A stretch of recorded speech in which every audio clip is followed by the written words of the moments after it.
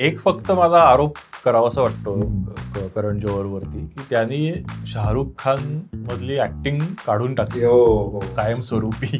90च्या पिढीसाठी जो दिलवाले दुल्हनिया ले जाएंगे जो आहे ना, जेंजीसाठी ये जवानी है दिवानी सिनेमा हो ये जेवण आहे दिवाळी. पॉप्युलर त्या जनरेशन मध्ये. कभी खुशी कभी गम मध्ये एलिट क्लास मधली फॅमिली आणि ते जग कसं असू शकतं ती स्वप्न त्यांनी ग्रामीण निमशहरी भागातल्या प्रेक्षकांनी विकली. हे त्यांनी सगळ्यात मोठं यश. असा विषय जेव्हा करण जोहर सारखा दिग्दर्शक हाताळतो ना तेव्हा ते लोकांना फिल्मी पद्धतीने पण ते चांगलं कळत होते. काही म्हणतात ते ब्रह्मास्त्र वगैरे हिट आहेत, पण ते त्यात काही अर्थ नाही. ऑन पेपर आकडेवारी. मला वाटतं करण जोहरला यात पडायचंच नाहीये. आणि मुख्य म्हणजे तो अनन्या, ती सारा, ती जान्हवी या लोकांना जो फिल्म करतोय ना, पथेटिक आहे. म्हणजे मी तर नाही बघू शकत फिल्म त्या. त्याला ते दुःख पण ग्लॅमराईज पद्धतीनेच दाखवायचे. बॉम्बे टॉकीज मधली त्याची फिल्म मला फार आवडली. एक राज कपूरचा सिनेमा होता सपनों का सौदागर, तर मला तो करण जोहरला सपनों का सौदागर म्हणावं असं वाटतं. तो इतका हरफनमोला माणूस येतो की त्याने प्रत्येक ठिकाणी आपला ठसा सोडलाय त्याने. तुम्ही त्याला फक्त फिल्म पुरतं त्याला मर्यादित नाही करू शकत.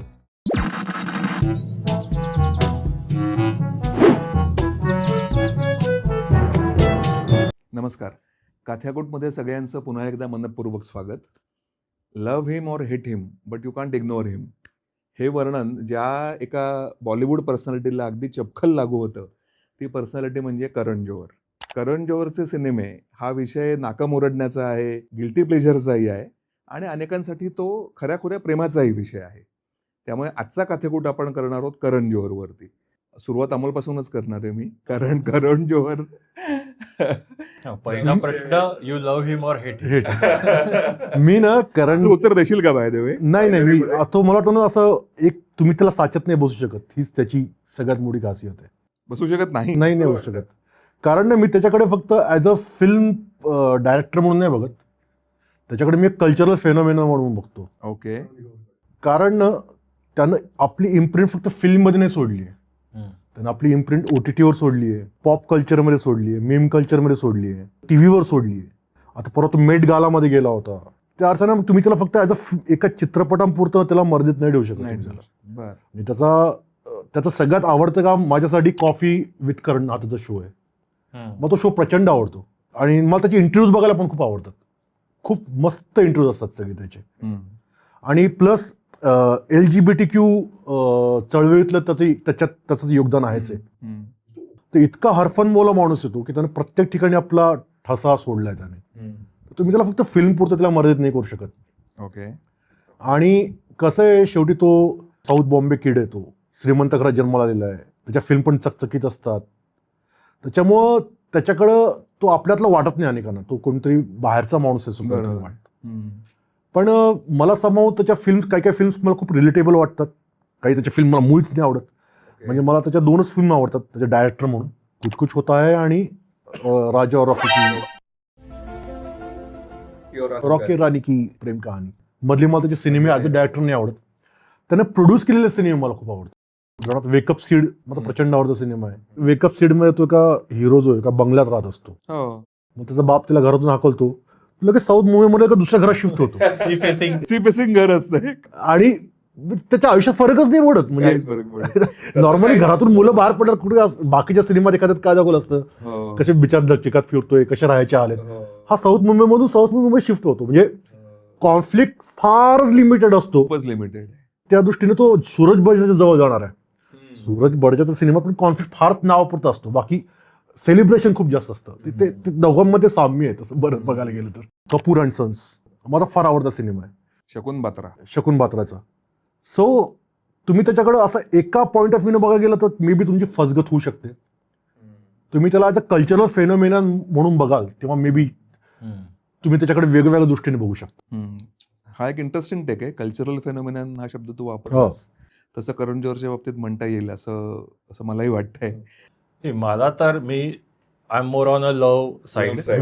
कारण मला वाटतं की तू कल्चरल फेनोमेनन म्हणलंस तर एक मला तो एक राज कपूरचा सिनेमा होता सपनों का सौदागर नावाचा.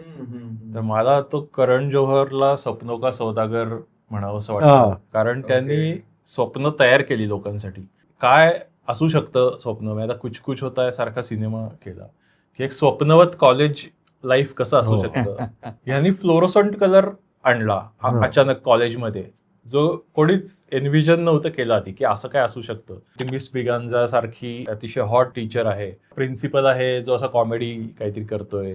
आणि तोपर्यंतच जो कॉलेज लाईफ बघितलीस कशी दाखवली आहेत लोकांची, ती पूर्ण वेगळी होती. म्हणजे खिलाडी सारखा सिनेमा किंवा असं सिंपल एक वही पुस्तक घेऊन जायचे कॉलेजमध्ये लोक, आणि असं एक शिवामधले पण जो जिता वही सिकंदर, जो जिता वही सिकंदर, हे अशा टाईपचं सगळं होतं.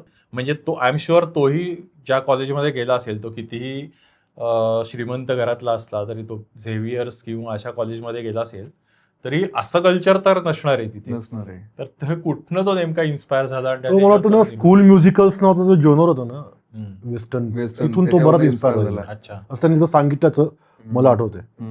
जे कल्पित जग आहे ते त्यांनी निर्माण केलं, मला ह्याचंच खूप आश्चर्य वाटतं. आणि त्याचे रेफरन्स काय होते हे मला, कारण असं तर नव्हतं कभी खुशी कभी गम मध्ये एलिट क्लासमधली फॅमिली आणि ते जग कसं असू शकतं, हे असं त्यांनी एक स्वप्न कशी असू शकतात याचे एक व्हिज्युअलायझेशन लोकांना दिलं. त्या अर्थाने पॉप कल्चरमध्ये त्याचा खूप इम्पॅक्ट आहे की त्यामुळे खूप लोकांना ॲम्बिशन्स, ॲस्पिरेशन्स तयार करणं लोकांच्या, हा भाग त्यांनी खूप केलाय. करण जोहरच्या सिनेमानं ना आपल्या ट्रॅडिशन्स खूप शेप केल्यात. म्हणजे फ्रेंडशिप डे कुछ कुछ होता सुरू झाला आपल्याकडे. त्याच्या लग्नात संगीत असायचं, त्याच्या सिनेमात लग्न किंवा समारंभ हा अगेन एक फार वेगळा विषय. ते बघून आपण सुरू केलं होतं. आपल्याकडे संगीत आलं, आपल्याकडे फॅशन ट्रेंड्स त्याने सुरू केले, त्याच्या सिनेमाने फॅशन ट्रेंड्स सुरू केले. तर हे कल्चरल योगदान त्याचं फार मोठं आहे. सिनेमा स्टाईलाइज्ड करायचा तर एक्स्ट्रीमली स्टाईलाइज्ड करायचा, हे संजय लीला बन्साळी एवढं करेज त्याच्यात नाहीये. किंवा यश चोप्रांसारखं प्रेमाची गोष्ट वेगवेगळे, मग त्यात ट्रायंगल्स आणि हे सगळे ते सांगायचे. असं त्या स्कूलच्या मधला तो काहीतरी एक भार वाहतोय असं मला वाटतं. कसं होतं त्यात करण जोहर, आदित्य चोप्रा आणि सूरज बडजात्या, ह्या 3 डायरेक्टर्सनी आपली बरंच म्हणजे आपल्या पिढीवर प्रभाव 3 दर्शक. तिघही अगेन जसं म्हणजे साऊथ बॉम्बेचे मुलं आहेत. ते त्यांनी ग्रामीण भारत कधी बघितला नाहीये, त्यांना बेरोजगारी म्हणजे काय माहित नाही, त्यांना गरिबी म्हणजे काय माहित नाहीये. आणि ते डिफेंड पण नाही करते, म्हणतात हे आमचं जग आहे, आम्ही हे बघितलेले जग आहे आणि हे आमच्या सिनेमात दाखवतोय. मोठमोठ्या फॅमिलीज, मोठमोठे सेट्स, चकचकाट, गाणे, खूप मोठ्या प्रमाणावर नाचणाऱ्या लोकांचे ग्रुप्स वगैरे. तो भव्य दिव्यपणा त्यांनी स्क्रीनवर दाखवला, जो त्यांनी बघितलाय आपल्या आजूबाजूला नेहमीच. पण ती स्वप्न त्यांनी ग्रामीण नियमशरी भागातल्या प्रेक्षकांनी विकली, हे त्यांचं सगळ्यात मोठं यश. माझं असं लव्हकडे नक्कीच नाहीये, पण मला तो इंटरेस्टिंग नक्की वाटतो. म्हणजे त्याचा इन्फ्लुएन्स आहे खूप. त्याचं तुझं जे सुरुवातीला म्हणालास ना कॉफी विथ करण, बरेचदा माझ्याकरता थोडासा गिल्टी प्लेजरचा भाग होतो कॉफी विथ करण बघणं. मस्त मस्त. कारण त्याचं काय आहे ना की त्याचं विटी एक ॲटिट्यूड, त्याचा सेन्स ऑफ ह्युमर आणि त्याचं प्रभुत्व आहे भाषेवरती. तो कॉन्टेम्पररी खूप बोलतो. म्हणजे त्याचे रेफरन्सेस म्हणजे मला स्वतःला बरेचदा ते रिलेट होतात, त्याचे संदर्भ तो जे देतो ते. अशा सगळ्यांनी तो मला नक्कीच इंटरेस्टिंग एक हे वाटतो. मला त्याच्या 2 रॉकी और रॉनी की प्रेम कहाणी हा मला त्याचा खूप आवडलेला सिनेमा आहे. त्याच्यामध्ये करण जोहर एलिमेंट्स पुष्कळ आहेत. म्हणजे तुम्हाला त्याचा फिल्मीनेस जो आहे ना तो अगदी दिसतो. म्हणजे अगदी अशी उदाहरणं सांगता येतील त्या सिनेमातली. पण त्या सिनेमाच्या आशयाबद्दल मला फार आस्था आहे. कारण त्यांनी ज्या प्रकारे हा डिबेट त्यांनी मांडला ना त्या सिनेमातनं, की प्रोग्रेसिव्ह विचारांचं एक कुटुंब आणि एक तशा अर्थाने पारंपरिक कुटुंब, तो त्यांनी एका मोठ्या ह्याच्यावरती स्केलवर तो विषय ॲम्प्लिफाय केला.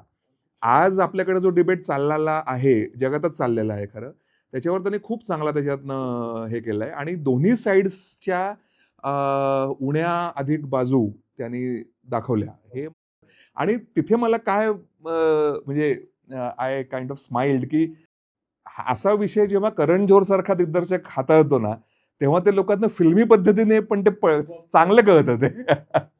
ते आपण एखादं व्याख्यान देऊन किंवा लेख देऊन ते कळणार नाही, पण जेव्हा तो ते कॅरेक्टर्सच्या मार्फत बोलतो तेव्हा ते फार मस्त. आणि तो अगेन त्याच्यामध्ये इतका मेलोड्रामा आहे, म्हणजे तुमचे डोळ्यांच्या कडा ओलावतील याची पूर्ण खात्री घेतलेली आहे. अशा ह्याने तो मला त्याचा बॉम्बे टॉकीज मधली त्याची फिल्म मला फार आवडली. एक्झॅक्टली अप्रतिम फिल्म होती. आणि मला स्वतःला थोडंसं वाईट असं वाटायचं करण जोहरच्या बाबतीमध्ये, की LGBTQ कम्युनिटीमध्ये तू म्हणतोस ते आहे की तो एक त्याचा एक फ्लॅगशिपला तो असल्यासारखा आहे म्हणजे त्या कम्युनिटीच्या प्रश्नांच्या संदर्भातला. पण त्यांनी खूप एका अर्थी थोडं ट्रिव्हिलाइज केलं होतं असंही मला वाटतं. म्हणजे स्टुडंट ऑफ द इयर मध्ये कॅरेक्टर आहे रुची कपूरचं, तो गे दाखवलाय. म्हणजे कसं आहे ना की फनी करण्यामध्ये एक प्रकारे थोडं कॅरिकेचरिश करणं हा एक जरा वेगळा भाग आहे मला वाटतं. तर तो त्यांनी केलेला होता. साऊथ बॉम्बेमध्ये जी मुलं वाढली फिल्म मेकर्सची, त्यांच्यामध्ये ही सगळी नावं आहेत. आदित्य चोप्रा आहे, सूरज बडजात्या आहे, करण जोहर आहे, झोया अख्तर आणि फरहान अख्तर हे पण त्यातलीच नावं आहेत. पण असं होतं की मी जेव्हा एका मध्यमवर्गीय घरातला मुलगा म्हणून मी जेव्हा मूवी बघतो करण जोहरची आणि मी जेव्हा मूवी बघतो झोया अख्तरची, तर त्यातला ग्लॉस आणि चकचकीतपणा मला दोन्हीकडे दिसतो की हे लाईफ आपण जगू का नाही माहीत नाही मला, बहुतेक तर नाहीच जगणार असंच वाटतं. पण त्याच्याशी रिलेट होण्याच्या पातळीवरती मला झोया अख्तर किंवा फरहान अख्तरचा दिल चाहता है हा जास्त रिलेट होऊ शकला. कारण त्यांनी समहाऊ असं झालं की ह्युमन स्टोरी जास्त पॉवरफुल ठरली. या करण जोहरच्या फिल्म मेकिंगमध्ये ॲस्पिरेशन, जसं तू मगाशी म्हणालास की ते एक जग दाखवणं आणि त्याची एक अशी भव्य दिव्य असं एक ओढ निर्माण करणं, इथपर्यंत ते झालं. पण ते त्यांचं दुःख किंवा त्यांचं रडणं हे तसं प्लास्टिक आहे असं वाटायचं.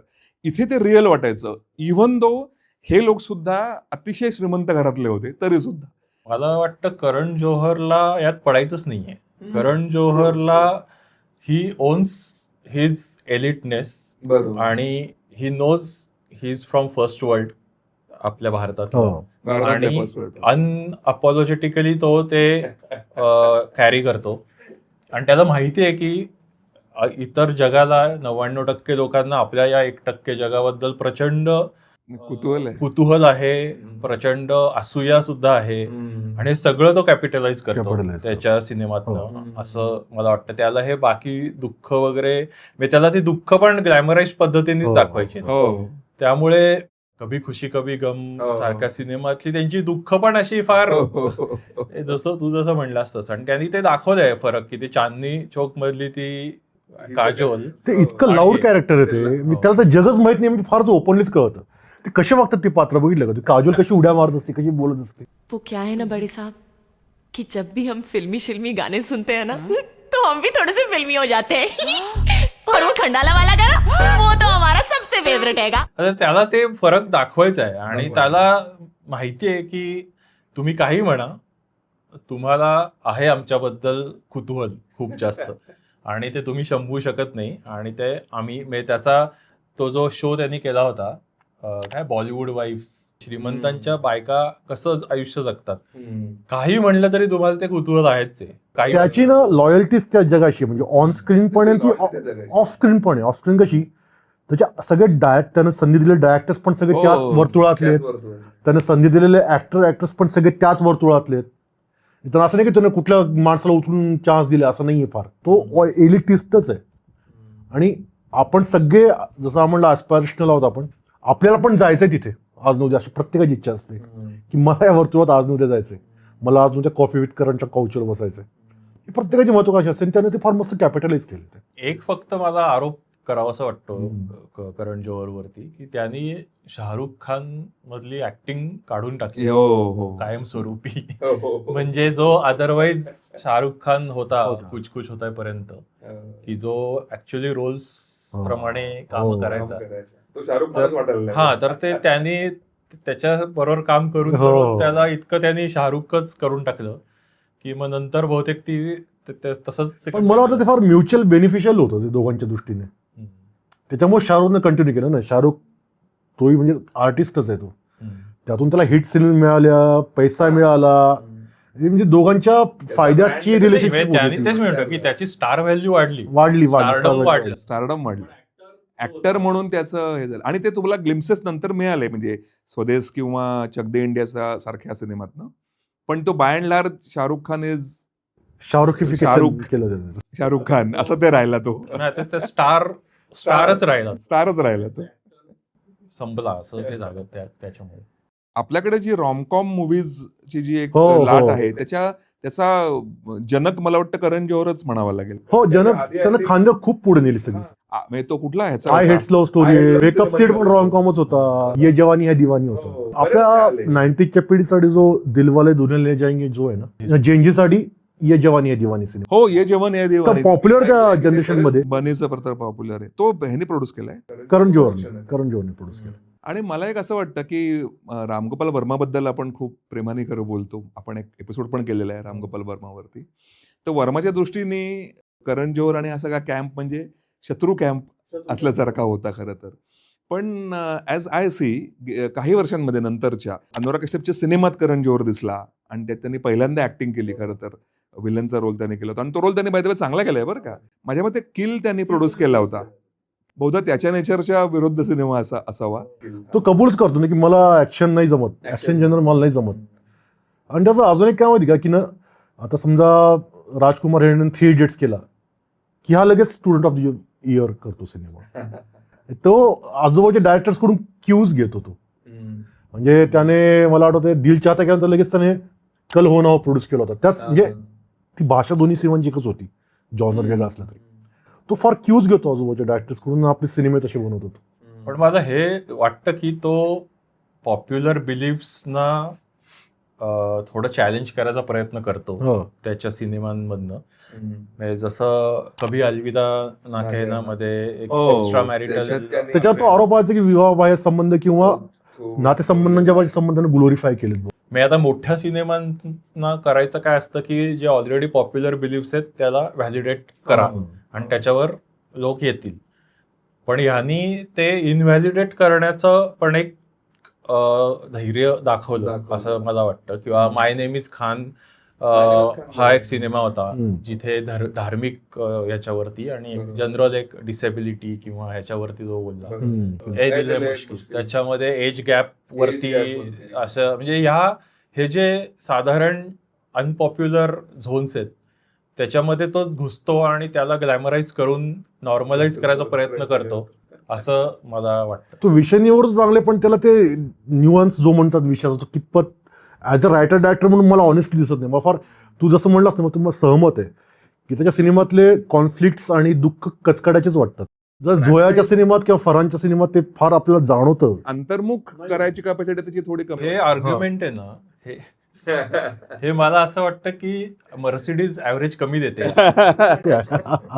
म्हणजे त्याला नाहीच करायचं ते, त्याला अल्टो नाहीच करायची. अल्टिमेटली तो तुमचा चॉईस आहे, म्हणजे तुम्ही ते बघावं की न बघावं. ते कॉफी विथ करण हा अख्खा शो सुद्धा मी आता तो 20 वर्ष चाललाय.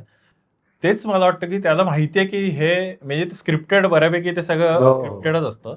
पण त्याला माहितीये की यांच्याबद्दल कुतूहल खूप कमालीचं आहे कुतूहल, आणि आपण कितीही त्यांना ते फेक वाटू दे काही वाटू दे ते लोक बघणार कारण त्यांना आहे. आणि म्हणजे खूपसे गॉसिप्स क्रिएट करणं हे चव्हाट्यावर आणणं गोष्टी वगैरे अशा गोष्टी पण त्यांनी त्याच्या थ्रू केल्यात की ज्याची चर्चा होईल खूप जास्त वगैरे वगैरे. किंवा काय वेगवेगळे अफेअर्स वगैरे आणणं वरती, त्याच्याबद्दल थेट बोलणं. बेबी त्याच्याकडे ती पॉवर आहे, ही होल्ड्स दॅट पॉवर नाव की त्याला कोणी नाही म्हणू शकणार नाही आता. आणि मग ते तो वापरतो बरोबर. पण मला आता असं वाटतं ना की तो सिनेमात तो आणि धर्मा प्रोडक्शन्स काही फार चांगलं करतील अशी काही शक्यता नाही यापुढे भविष्यकाळात. तो आता पॉप कल्चर आयकॉन म्हणून जास्त रिलिव्हंट राहील यापुढे. कारण तो जे सिनेमे करतोय ते इतके रेअरशी तुटलेले आहेत. म्हणजे आता त्याचा चांद मेरा दिल नावाचा सिनेमा रिलीज होतोय, लोकांमध्ये उत्सुकता पण नाही सिनेमाबद्दल. त्या एकाळी करण जोहरचा ऍज अ प्रोड्युसर किंवा ऍज अ डायरेक्टर सिनेमाचा एक प्रचंड उत्सुकता असायची. त्याचा क्लीन हिट शोधत शोधत तुम्हाला 10 वर्ष मागे जावं लागेल किमान. म्हणजे काही म्हणतात ते ब्रह्मास्त्र वगैरे हिट आहेत, पण ते त्यात काही अर्थ नाही. ऑन पेपर आकडेवारी त्याने आपलं प्रोडक्शन्स मधला स्टेक विकला कारण तो लॉस मोड होता खूप. तो लॉस मोड होता, ती पण एक खरं मोठी गोष्ट आहे, खूप मोठी. फक्त त्याच्याकडे आता क्रिएटिव्ह कंट्रोल आहे, आर्थिक कंट्रोल नाही धर्माचा त्याच्याकडे आता. त्याच्या वेब सिरीज पण फ्लॉप चालल्यात. आणि मुख्य म्हणजे तो अनन्या, ती सारा, ती जान्हवी या लोकांना जो फिल्म करतोय ना पथेटिक आहे. म्हणजे मी तर नाही बघू शकत फिल्म. त्या मला एकही फिल्म नाही आवडली. तो ती झोन ते सोडायला तयार नाही आहे. सोडायला तयार नाही. मेन लोकांना आवडत नाही करण जोहर याचं प्रमुख कारण हेच आहे की त्यांनी नेपोटिझम ते SSR म्हणजे सुशांत सिंग राजपूतच्या मृत्यूनंतर तो एक टार्गेट होता सगळ्यांचा ऍक्च्युअली की he is the flag bearer of nepotism in film industry.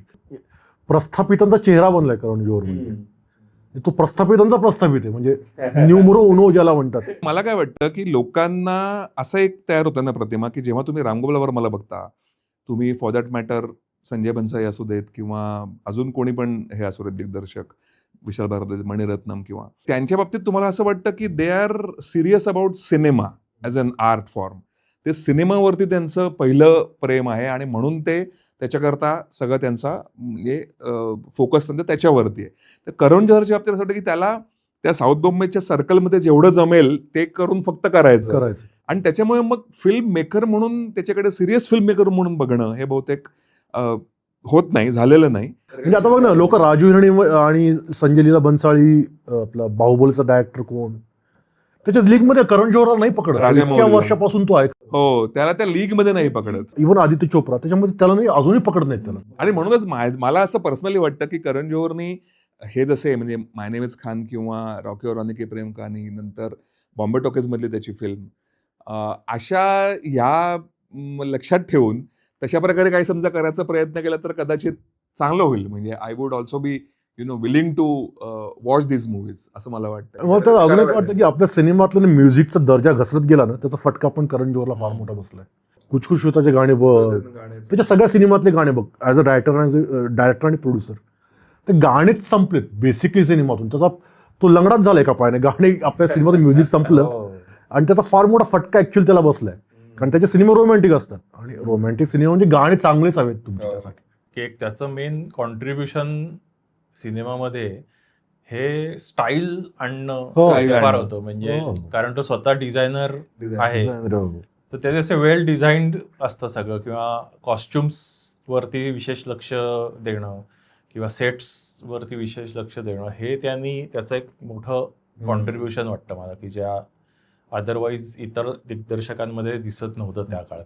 So त्याने यापुढे चांगले डायरेक्टर निवडून फिल्म करणं एवढंच त्याच्या हातात आहे. कारण शेवटी कसं असतं रे, प्रत्येक डायरेक्टरची एक एक्सपायरी डेट असते.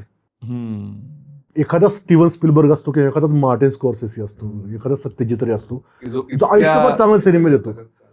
असं म्हणतात ना की डायरेक्टरचं खरं आयुष्य 3 सिनेमापुरतच असतं, 4थ्या सिनेमापासून तो स्वतःला रिपीट करायला लागतो. करण जोहरची पण expiry date as a director म्हणून कितपत याच्याबद्दल मला खरंच शंका आहे. पण यू नेव्हर नो यार. म्हणजे आता रणवीर सिंगने इतके वर्षानुवर्ष फ्लॉप दिले, पण त्यानं धुरंधर म्हणून जोरदार कमबॅक केलं.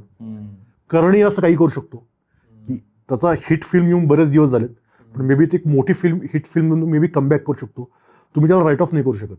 May be on this note मला वाटतं आपण थांबू शकतो आणि लेटस होप की करण जोहरकडनं आपल्याला काही आपल्या अपेक्षेला उतरतील अशा काही फिल्म्स अजून बघायला मिळतील. आपण थांबूयात इथे.